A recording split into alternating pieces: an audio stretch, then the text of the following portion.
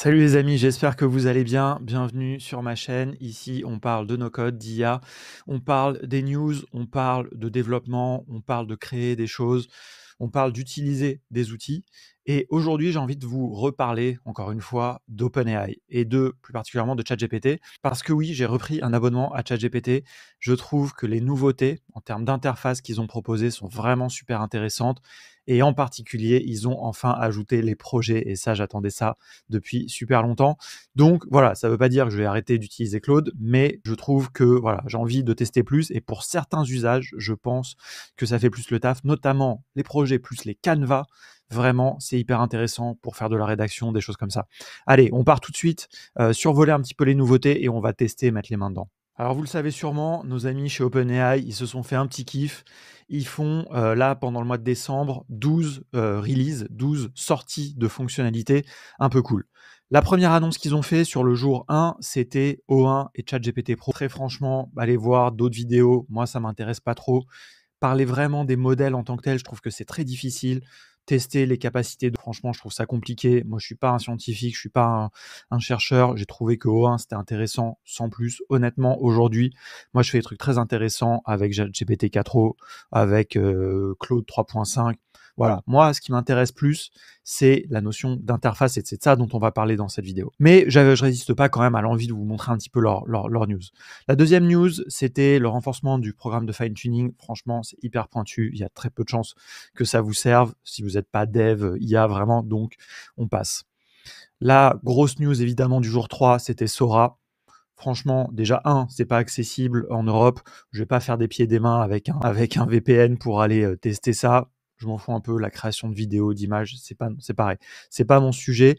Je suis pas très créatif malheureusement d'un point de vue vraiment artistique.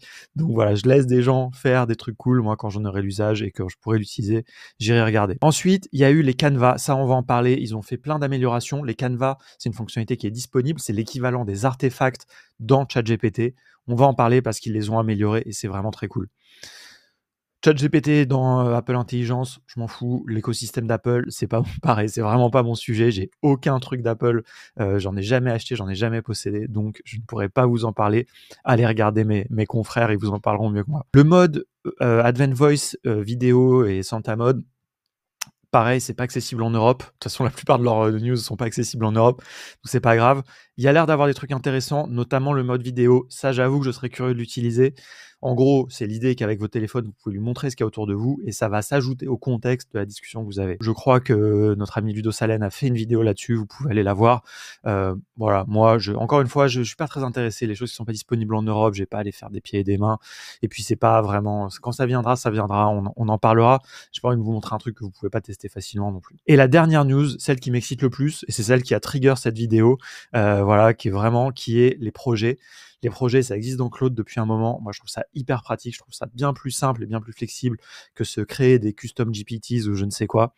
Et donc, c'est ça qu'on va aller tester. Allez, on file sur l'écran, dans l'interface. Alors, comme les projets, c'est un petit peu le truc qui m'excite le plus, on va commencer par là, mais vous inquiétez pas, on va aller ensuite dans toutes les nouvelles fonctionnalités. Mais déjà, ça faisait un moment que j'étais pas retourné dans ChatGPT, pour être tout à fait honnête. Je trouve que l'interface devient de plus en plus jolie.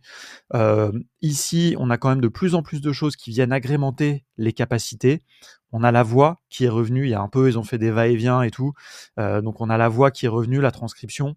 Donc vraiment, moi je trouve qu'on arrive à un stade où vraiment il y a plein de capacités intéressantes. Et donc c'est pour ça que voilà, j'avais envie d'en parler. Je me remets un petit peu dessus.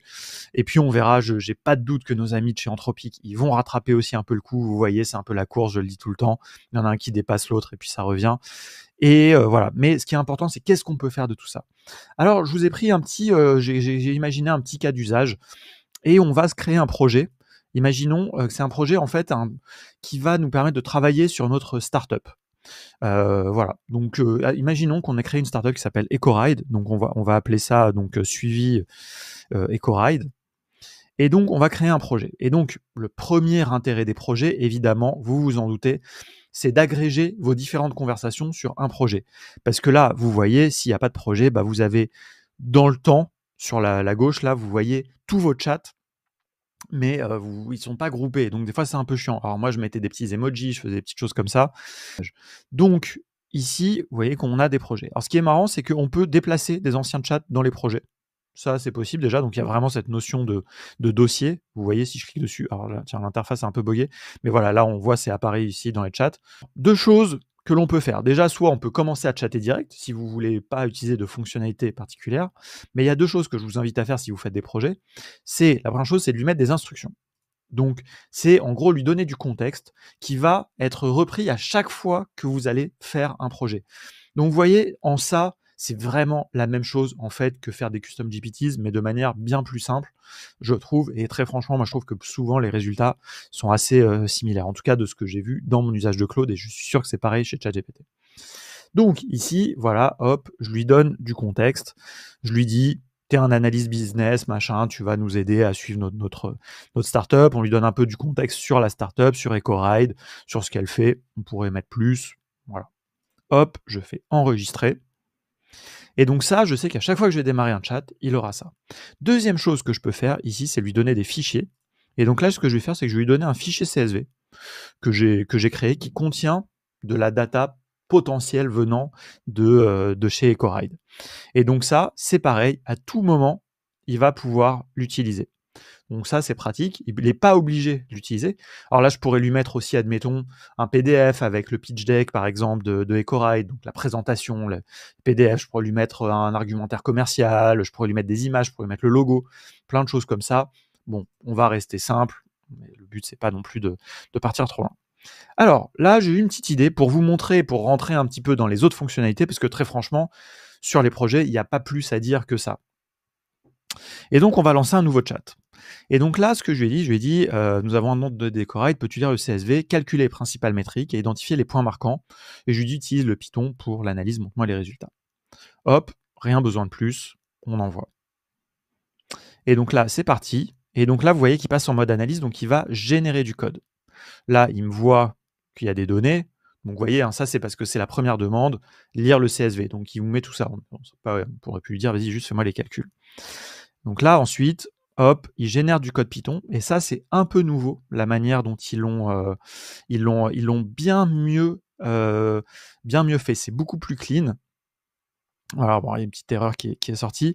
On peut ici afficher les détails ou pas, et on peut aussi copier le code. Vous voyez, donc voilà, ils l'ont un peu amélioré dans le cadre des canevas, etc. Donc là, hop, on a toutes les données, et donc il nous les sort dans un fichier CSV que je peux télécharger, la moyenne, les croissances, etc. Voilà, c'est intéressant. C'est intéressant. Maintenant, vous voyez que ce qui est sympa aussi, c'est qu'il me propose de continuer la discussion. Au niveau de l'interface, on peut copier tout ça, on peut lire aussi, ça c'est assez sympa. On n'est pas dans un mode vocal conversation, mais à tout moment, on peut lui faire lire les résultats aussi, donc ça c'est quand même assez pratique. Une fois qu'il a fait l'analyse, et bien maintenant, je vais lui mettre ici, de me faire un petit rapport, et je lui dis de le faire avec un Canva. Alors, c'est pour vous montrer cette fonctionnalité-là, qui est quand même assez cool, et donc j'aurais pu faire aussi, ici, en affichant les outils, j'aurais pu lui mettre ici Canva.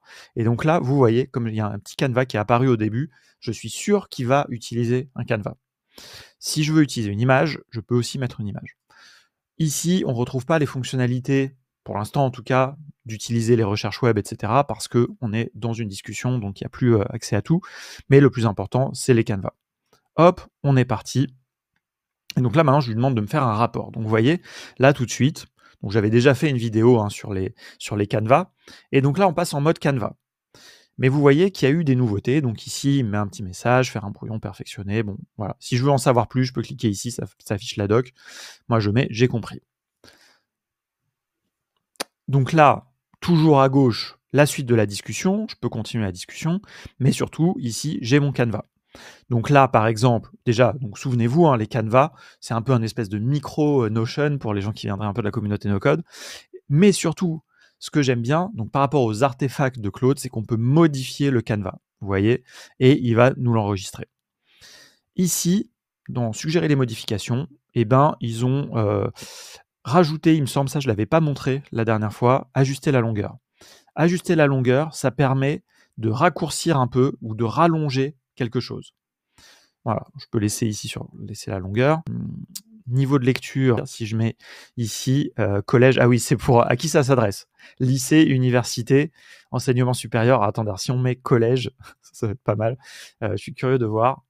Hop, on clique et donc il va nous refaire le canevas, il va repasser partout dessus et il va nous simplifier les choses pour que quelqu'un au collège puisse les comprendre. Donc vraiment, les canevas, très intéressants. Ce qu'ils ont fait aussi, c'est que toujours, quand ici, on peut demander des choses à ChatGPT, et notamment, on peut lui demander de reformuler. Par exemple, reformule de manière plus simple et amusante. Hop, on peut venir à la version précédente, ça c'est intéressant. Donc vous voyez, vous avez vraiment comme un petit éditeur de texte et vraiment cette notion de version, restaurer cette version par exemple si voilà, en fait il a un peu buggé parce que quand je lui ai demandé de reformuler, il m'a pas reformulé que ça, il m'a gardé que ça. Donc voilà, vous voyez, et toujours évidemment la possibilité de copier pour ensuite aller coller vraiment dans une page Notion ou un truc comme ça.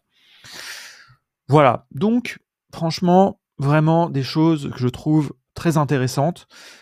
Si on continue, on va tester un deuxième prompt. Donc là, vous voyez, je peux revenir, donc je peux sortir. Donc là, j'ouvre la barre latérale. Donc si je veux revenir à la discussion, je reviens ici. Et surtout ici, quand je clique en haut, je peux revenir à mon projet. Donc vous voyez, je retrouve mon chat et je peux en démarrer un nouveau. Alors, petite limitation, il a toujours accès, si je démarre un nouveau chat, il a toujours accès aux fichiers, aux instructions, mais il n'a pas accès aux autres chats, malheureusement. Ça, c'est un truc que j'espère va venir dans le futur. En tout cas, dans mes tests, ça marchait pas. Mais ça serait vraiment génial que non seulement, alors ça pourrait lui faire beaucoup de contexte s'il commence à avoir beaucoup de chats, mais qu'il garde un peu cette intelligence, ça serait assez exceptionnel. Alors, hop, on va maintenant lui demander de faire une visualisation. Parce que je veux revenir un petit peu sur ce sujet du code.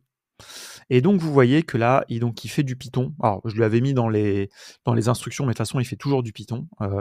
Et donc, il a la possibilité de l'exécuter. Ça, c'est quelque chose qui existe depuis très longtemps. C'est ce qu'il s'appelait le code interpréteur. Ils ont changé plusieurs noms chez ChatGPT. Mais voilà. Mais ce qui est très intéressant avec ça, donc c'est la même fonctionnalité qui est arrivée évidemment dans Claude aussi, mais c'est que vous avez la possibilité de faire du code, ça c'est bien, de l'exécuter, c'est encore mieux, mais aussi de récupérer la sortie. Et notamment, vous allez pouvoir récupérer des fichiers en sortie, des fichiers CSV, des fichiers comme ça, mais aussi des images. Vous voyez ici, notamment faire des visualisations. Ça, c'est franchement un usage vraiment super malin. Vous voyez, oui, quand même des trucs assez cool.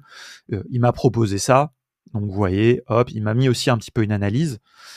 Hop, voilà, des statistiques. Bon, après, faudrait rentrer un peu plus dans le sujet. Mais voilà. Et à nouveau, je peux encore une fois repartir ici. Hop, je lui demande de me faire un petit canevas.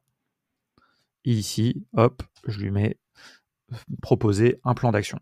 Et vous voyez, on est reparti à nouveau dans un canevas. Donc vous voyez, ce que je trouve vraiment très intéressant avec ces nouveautés, c'est que l'interface de ChatGPT devient un endroit de travail, en fait, vraiment, où vous allez travailler. On passe dans une logique de conversation, qui est avant, donc on est toujours dans une logique de conversation, mais qui n'est plus uniquement la chose prédominante. Vous voyez, la conversation, elle reste sur la gauche, elle devient petite, mais au milieu, j'ai une zone de travail où je peux exécuter du code, où je peux mettre du texte, où je peux même reformater le texte, etc., où je peux retravailler les choses.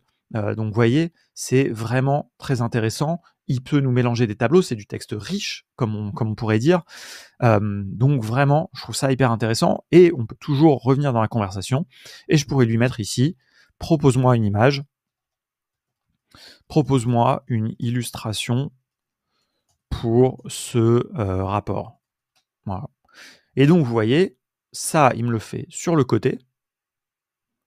Mais j'ai ensuite, si ensuite je vais copier-coller mon artefact dans une page Notion, je peux prendre mon image aussi, la mettre en image de couverture sur Notion. Donc, vous voyez, c'est assez sympa en plus, hein, franchement, on va pas se mentir, hein, c'est assez pertinent. Vous voyez, il l'explique. Donc, franchement, moi, je trouve que là, on arrive dans un nouveau paradigme, en quelque sorte. C'était déjà, je trouve, c'est les premiers qui l'ont amorcé, c'est Anthropic, avec les artefacts, avec les projets.